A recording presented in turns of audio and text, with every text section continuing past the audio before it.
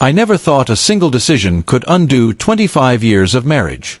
But there it was, staring me in the face like a cruel joke. It started innocently enough. I got a vague text from my wife, Claire, while I was at work. "We need to talk tonight." Her tone was casual, but I sensed tension. After 25 years together, I thought I knew her moods. I thought I knew what worried her. That night, I came home expecting a discussion about bills or family matters. Instead, she confessed something that left me reeling. I made a mistake," she began, voice trembling. "I went to a party, a swingers party. I didn't think it through. I was curious." I froze. Every word hit me like a hammer. A swingers party? After 25 years? My mind struggled to process the betrayal. 25 years of trust, love, and shared history, shattered in a single evening. I wanted to yell, to cry, to break down, but none of those reactions came.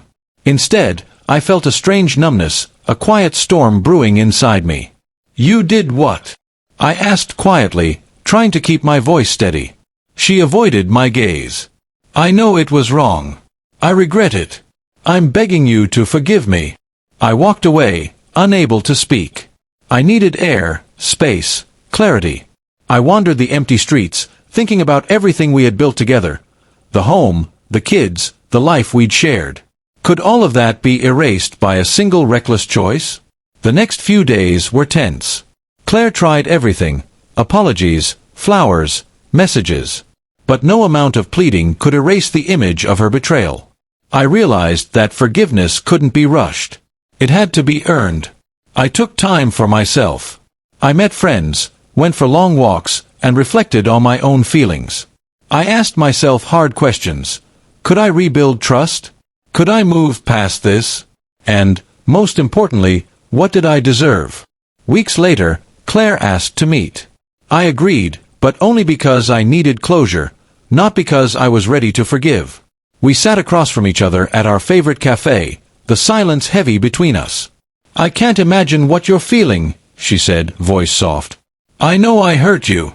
I just want a chance to make it right."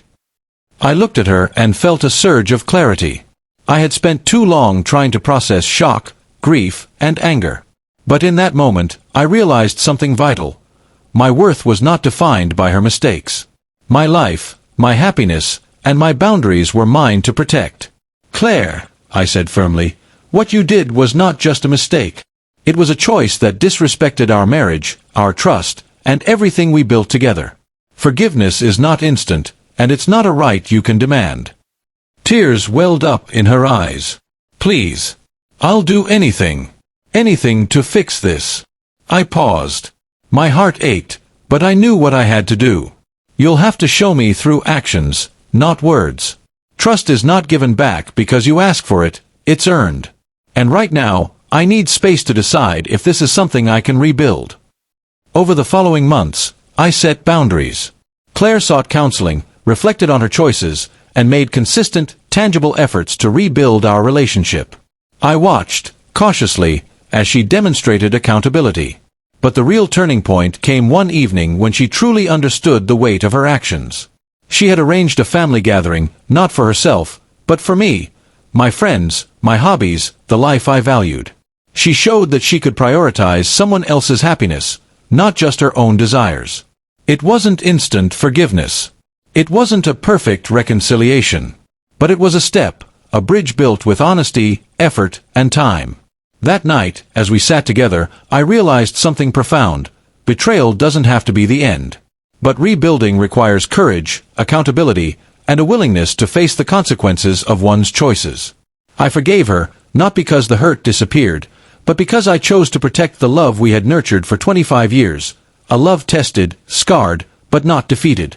And in doing so, I reclaimed control over my life, my heart, and my peace of mind.